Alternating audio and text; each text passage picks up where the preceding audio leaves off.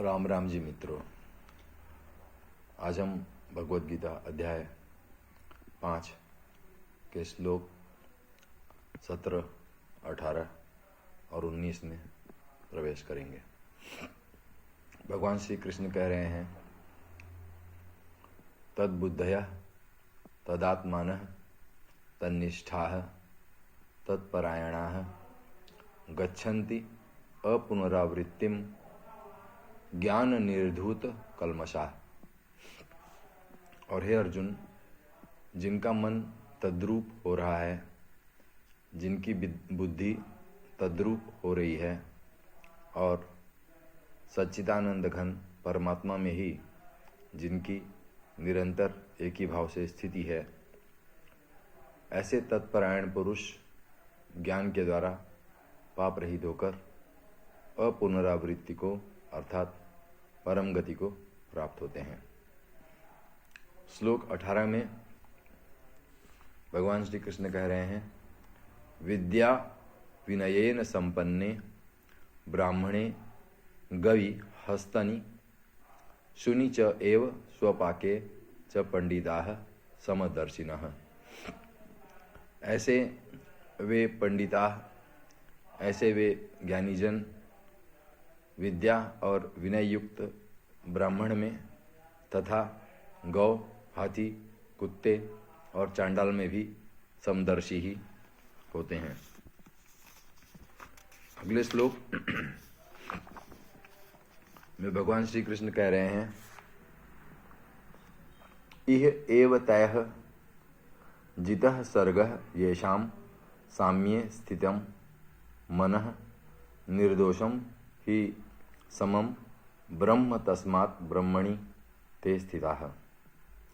इसलिए जिनका मन समभाव में स्थित है,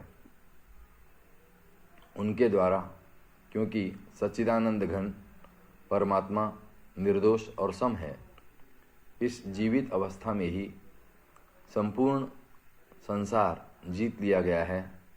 इससे वे सच्चिदानंद घन परमात्मा में ही स्थित हैं।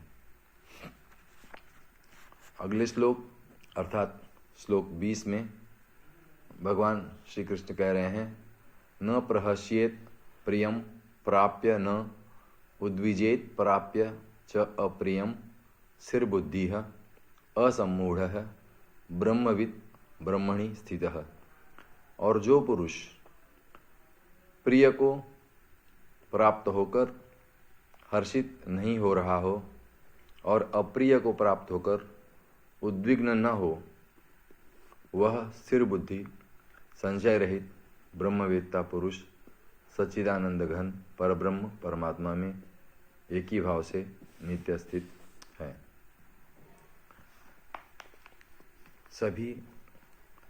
इन सभी श्लोकों में भगवान श्री कृष्ण ने ऐसे संत की व्याख्या की है। हालांकि उन्होंने पुरुष शब्द का संबोधन किया है, लेकिन संत का अर्थ है जिनमें जो संभावनाएं भगवान श्री कृष्ण ने बताई पुरुष की, कि वो सभी में एक ही भाव से देखता है, सभी में साक्षी भाव से देखता है। वो इस बात का ख्याल नहीं करता कि सामने पापी है या पुण्यात्मा है या पुण्य करने वाला है। वो साक्षी भाव से, निर्विचार दृष्टि से, अकर्ता भाव से, समभाव में स्थित होकर सभी के प्रति एक समान सा आचरण रखता है। भगवान ने ये बताया कि परमात्मा में कैसे स्थित हुआ जाए। यही सारी व्याख्या उन्होंने पिछले 4 श्लोकों में करी है। भगवान जब यहाँ पे इस बात का उल्लेख कर रहे हैं कि कैसे उस परमात्मा तत्व का अनुभव किया जाए, तो ये हम सभी के लिए एक प्रेरणादायक स्थिति हो जाती है। आज इतना ही। धन्यवाद। शुभ रात्रि। जय राम जी की।